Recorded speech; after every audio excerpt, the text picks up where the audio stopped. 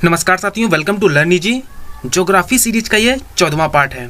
आज के इस पार्ट में हम बात करेंगे पर्वतों की, जिनमें से जो इम्पोर्टेंट पर्वत हैं वलित पर्वत, ज्वालामुखी पर्वत, ब्लॉक पर्वत और अवशिष्ट पर्वत। इनमें हम पर्टिकुलर एक एक पर्वतों की बात विस्तार से करेंगे।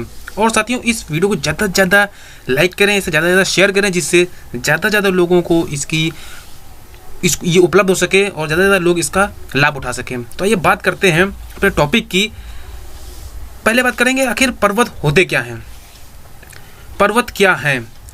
तो पर्वत की सिंपल सी डिफिनीशन है, भूमि का ऐसा भाग जो निकट के धरातल से अत्यधिक ऊंचा हो, पर्वत कहलाता है। मतलब कि जहाँ धरातल होता है, धरातल से ऐसा भाग, धरातल के आसपास का ऐसा भाग जो ऊंचाई में उठा हो। यहाँ पर स्पष्ट कर दिया गया है कि धरातल से अत्यधिक ऊंचाई में जो भी भाग उठा होता है वो पर्वत कहलाता है। यह या तो अकेला ऊंचा होता है या फिर श्रृंखला में होता है। और ये आप लोगों ने देखा भी होगा, कहीं कहीं पर एक पर्वत होता है और कहीं कहीं पर ये जो है श्रृंखला वाइज होता है। श्रृंखला में ये उठे होते हैं तो वो श्रृंखला वाले पर्वत कहलाते हैं, और जहाँ पर एक होता अकेला ऊंचा होता है तो वो भी पर्वत ही कहलाता है। तो सिंपल सी बात यह है कि जो भी धरातल से अत्यधिक ऊंचा उठा भाग होगा वो हमारा पर्वत कहलाता है। पर्वतों को कई भागों में विभाजित किया गया है, ये डेफिनेशन हो गई। अब निर्माण की प्रक्रिया के आधार पर जैसे जैसे पर्वतों का निर्माण हुआ है, उसी के आधार पर पर्वतों को कई रूपों में विभाजित किया है। कई इतिहासकार ऐसा मानते हैं कि जो 600 मीटर से ऊपर की ऊंचाई होती है, वैसे तो कई उठे हुए भाग होते हैं, लेकिन सभी उठे हुए भाग पर्वत नहीं कहलाते हैं। एक इतिहासकारों ने एक लिमिट निर्धारित की है जो कि लगभग 600 मीटर है। तो जो 600 मीटर से ऊपर जो भी उठा हुआ भाग होगा वो पर्वत कहलाता है, उससे नीचे जो भी होगा वो पहाड़ियाँ कहलाता है। तो आइए बात करते हैं कि निर्माण प्रक्रिया के आधार पर पर्वतों को किन किन रूप में विभाजित किया गया है। इनमें सबसे पहला जो नाम आता है वो है वलित पर्वत का। वलित पर्वत कैसे इनका निर्माण हुआ और इनके क्या क्या उदाहरण हैं। एग्जाम्स पर्पस में सिर्फ यही इम्पोर्टेंट है कि कौन सा पर्वत किस पर्वत की श्रेणी में आता है और कहाँ कहाँ के पर्वत किन श्रेणी में हैं, बस इतना इम्पोर्टेंट है। तो इन सभी की जानकारी देखते हैं। पहले बात करते हैं कि वलित पर्वत आखिर है क्या, इनका निर्माण कैसे हुआ। तो वलित पर्वतों का जो निर्माण हुआ है वो पृथ्वी की आंतरिक शक्ति के कारण जब चट्टानों में मोड़ या वलन आ जाते हैं तो उन्हें मोड़दार या वलित पर्वत कहा जाता है। सिंपल सी डिफिनीशन है कि जब पृथ्वी की आंतरिक शक्ति, जो पृथ्वी की अंदर जो शक्तियां हैं, आंतरिक शक्ति हैं, उसके कारण जब चट्टानों में मोड़ या वलन आ जाते हैं तो उन्हें मोड़दार या वलित पर्वत कहा जाता है। सीधा डिफिनीशन है कि चट्टानों से इनका निर्माण होता है। चट्टानों में जब मोड़ आ जाते हैं या उनमें वलन आ जाता है तो वलित पर्वतों का निर्माण होता है। अब वलित पर्वतों का जो सिद्धांत है वो क्या है। जो वलित पर्वत हैं उनका सिद्धांत प्लेट टेक्टोनिक की संकल्पना पर आधारित होता है। मतलब जो हमारे पृथ्वी है उसके नीचे जो चट्टानें हैं वो प्लेटों के रूप में होती हैं, उनकी एक परत होती है। तो वो परत जब मुड़ती हैं, उनमें मुड़ाव होना या घुमाव होना, तो उसी संकल्पना पर आधारित होता है इसका सिद्धांत। जो वलित पर्वत है उनका सिद्धांत प्लेट टेक्टोनिक की संकल्पना पर आधारित होता है। एग्जाम्स में क्वेश्चन यहाँ से भी पूछ सकते हैं कि वलित पर्वत का सिद्धांत क्या है। तो वलित पर्वतों का सिद्धांत प्लेट टेक्टोनिक होता है। भारत का हिमालय पर्वत, जो भारत का हिमालय पर्वत है वो विश्व का सबसे युवा पर्वत माना जाता है और ये भी वलित पर्वत का एक उदाहरण है। उसके अलावा जो अरावली पर्वत है वो विश्व का सबसे प्राचीन पर्वत माना जाता है। तो यहाँ से भी दो सिंपल से क्वेश्चन बनते हैं कि विश्व का सबसे युवा पर्वत कौन सा है। तो विश्व का सबसे युवा पर्वत हिमालय पर्वत है, और विश्व का सबसे प्राचीन पर्वत कौन सा है। तो विश्व का सबसे प्राचीन पर्वत अरावली पर्वत है, और संयोग से ये दोनों भारत में ही हैं। तो सबसे युवा और सबसे प्राचीन पर्वत दोनों भारत में हैं, सबसे युवा हिमालय और सबसे प्राचीन अरावली। वलित पर्वतों के कुछ एग्जाम्पल्स हैं जो कि बहुत इंपॉर्टेंट हैं। तो इनमें से सबसे पहला है यूरोप में आल्प्स। जो यूरोप का आल्प्स पर्वत श्रृंखला है वो वलित पर्वतों की श्रेणी में आते हैं। उसके अलावा एशिया में हिमालय, जैसा कि जो हिमालय है वो कई क्षेत्रों में है, मतलब कई देशों में है, भारत, नेपाल, तो इन देशों में जो हिमालय है वो फैला हुआ है, तो ये पूरा एशिया को कवर करता है। तो यूरोप में आल्प्स, एशिया में हिमालय, और अफ्रीका में एटलस, दक्षिण अमेरिका में एंडीज, उत्तरी अमेरिका का रॉकी। ये जो पर्वत हैं ये वलित पर्वत के उदाहरण हैं। तो इम्पॉर्टेंट यहाँ पर ये है कि कौन सा पर्वत किस श्रेणी में आता है। तो आल्प्स की अगर बात करें कि अगर क्वेश्चन पूछा जाता है कि आल्प्स पर्वत श्रृंखला किस प्रकार के पर्वतों का उदाहरण है, वहाँ पर आपको एग्जाम्पल्स दिए होंगे, विशिष्ट पर्वत, वलित पर्वत, ज्वालामुखी पर्वत, तो वहाँ आपको बताना होगा कि आल्प्स पर्वत किस प्रकार के पर्वत का उदाहरण है। एशिया में हिमालय, अफ्रीका में एटलस, दक्षिण अमेरिका में एंडीज और उत्तरी अमेरिका का रॉकी, ये सभी पर्वत वलित पर्वत की श्रेणी में आते हैं। ये यहाँ पर आपको ध्यान रखना है। उसके बाद नेक्स्ट है भ्रंशोत या ब्लॉक पर्वत। इनका निर्माण कैसे होता है? जब चट्टानों में स्थित भ्रंश के कारण मध्य भाग नीचे धंस जाता है तथा अगल बगल के भाग ऊंचे उठे प्रतीत होते हैं, तो ऐसे में भ्रंशोत या ब्लॉक पर्वत का निर्माण होता है। इसकी सीधी सी संकल्पना ये है कि जब चट्टानों पर ऊपर से प्रेशर पड़ता है तो चट्टानें धंस जाती हैं, तो चट्टानों के धंसने से उस प्रेशर के द्वारा अगल बगल उसके आसपास जो है वो ऊंचाई हो जाती है। तो ऐसे पर्वत जो होते हैं वो ब्लॉक पर्वत कहलाते हैं। इसकी जो डेफिनेशन है वो बहुत ही सिंपल है कि अगर हम बीच में प्रेशर लगाएं तो उसके आसपास का जो मटेरियल होगा वो ऊपर उठ जाएगा। तो ऐसे जब पर्वत का निर्माण होता है तो वो हमारे भ्रंशोत या ब्लॉक पर्वत कहलाते हैं। इसमें जो बीच में भाग धंस जाता है उनको हम रिफ्ट घाटी कहते हैं। जो बीच में भाग धंस जाता है और आसपास पर्वत बन जाते हैं, तो जो बीच में धंसा हुआ भाग है वो हमारा रिफ्ट घाटी कहलाता है।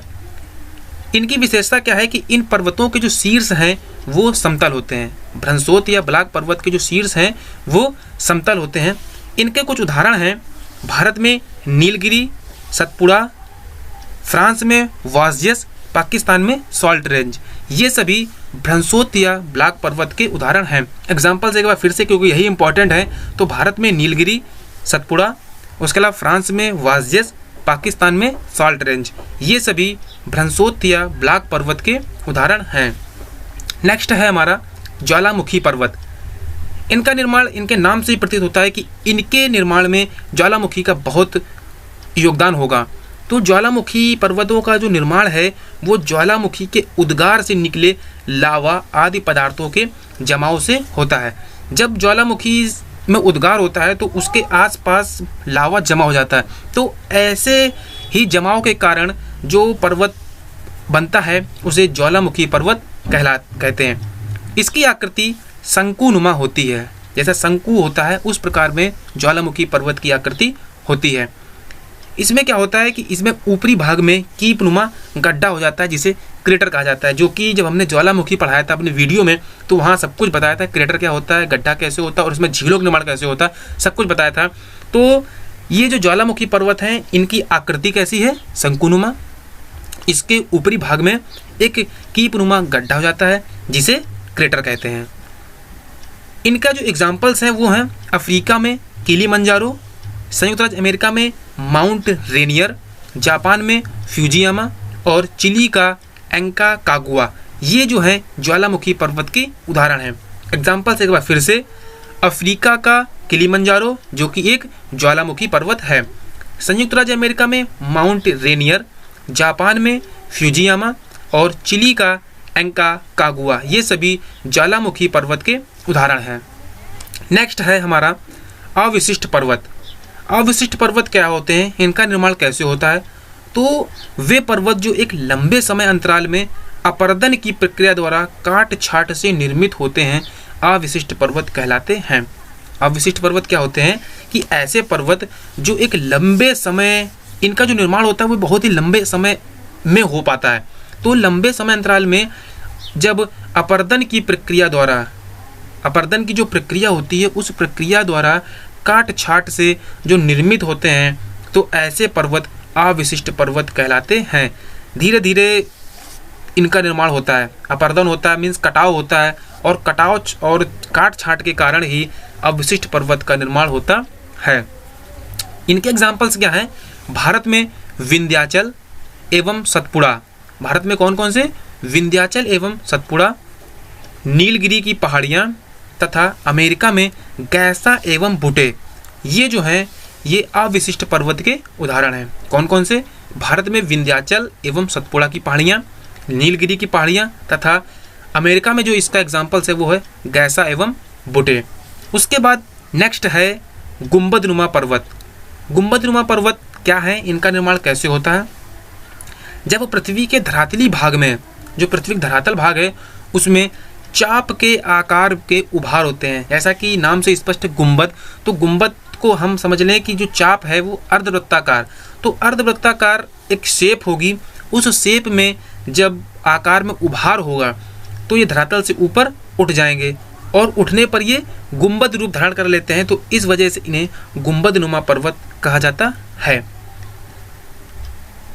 इनके जो एग्जाम्पल्स हैं वो है संयुक्त राज्य अमेरिका की जो ब्लैक पहाड़ियाँ और हेनरी पर्वत हैं, ये गुंबदनुमा पर्वत के उदाहरण हैं। भारत में इसका जो है कोई महत्वपूर्ण एग्जाम्पल नहीं है, तो गुंबदनुमा पर्वत एक भारत में नहीं पाए जाते हैं और ये विदेश मीन्स अमेरिका में पाए जाते हैं। कैसे होते हैं ये? इनमें जो धरातली भाग है वो चाप के आकार में उभार होता है और ये धरातल से ऊपर उठ जाते हैं। इसका एग्जाम्पल्स फिर से देख लेते हैं। संयुक्त राज्य अमेरिका की जो ब्लैक पहाड़ियाँ और हेनरी पर्वत हैं ये गुंबदनुमा पर्वत के उदाहरण हैं। आगे बात करेंगे हम पर्वतों से रिलेटेड कुछ महत्वपूर्ण तथ्य की। इसमें सबसे पहला है भारत की सबसे लंबी पर्वतमाला विंध्याचल है। भारत की सबसे लंबी पर्वतमाला कौन सी है? विंध्याचल पर्वतमाला भारत की सबसे लंबी पर्वतमाला है। उसके अलावा विश्व की 14 सबसे ऊंची चोटी हिमालय पर स्थित हैं। जो विश्व की सबसे ऊंची 14 चोटियां हैं वो सभी हिमालय पर ही स्थित हैं। और जैसा कि हम जानते हैं कि जो हिमालय पर्वत है वो विश्व का सबसे ऊंचा पर्वत है और इसकी जो श्रृंखलाएं हैं वो विश्व में सबसे ऊंची हैं। तो विश्व की जो सबसे 14 सबसे ऊंची चोटियां हैं स्टार्टिंग से वो सभी हिमालय पर स्थित हैं। हिमालय के बाद जो सबसे ऊंचा पर्वत है वो एंडीज है। जो एंडीज पर्वत है वो हिमालय के बाद सबसे ऊंचा पर्वत है। ये ध्यान रखने वाली चीज़ है कि भारत अगर बात करें हिमालय के बाद कौन सा पर्वत सबसे ऊंचा है, तो हिमालय के बाद जो सबसे ऊंचा पर्वत है वो एंडीज है। उसके बाद नेक्स्ट बात करते हैं, विश्व में अविशिष्ट पर्वतों की संख्या सबसे अधिक है। जितने भी अभी हमने पढ़ाए हैं, वलित पर्वत, अविशिष्ट पर्वत, गुंबदनुमा पर्वत, ज्वालामुखी पर्वत, उसमें जो सबसे अधिक संख्या में पाए जाते हैं तो वो कौन से हैं? अविशिष्ट पर्वत। विश्व में सबसे अधिक जो पर्वत पाए जाते हैं कौन से हैं? अविशिष्ट पर्वत। नेक्स्ट है एंडीज की सबसे ऊंची चोटी कौन सी है? एंडीज की सबसे ऊंची चोटी जो कि हिमालय के बाद दूसरा सबसे ऊंचा पर्वत है, तो एंडीज की सबसे ऊंची जो चोटी है वो है एंकाकागुआ जो कि चिली में है। तो एंकाकागुआ जो है वो एंडीज की सबसे ऊंची चोटी है। नेक्स्ट है संसार का सबसे पुराना पर्वत अरावली पर्वत है। जो विश्व का सबसे पुराना पर्वत है, पूरे संसार का सबसे पुराना पर्वत है, तो वो है अरावली पर्वत। अरावली पर्वत की सबसे ऊंची चोटी माउंट आबू है। इसकी ऊंचाई कितनी है? 1727 मीटर। जो माउंट आबू है सबसे ऊंची चोटी, इसकी ऊंचाई 1727 मीटर है।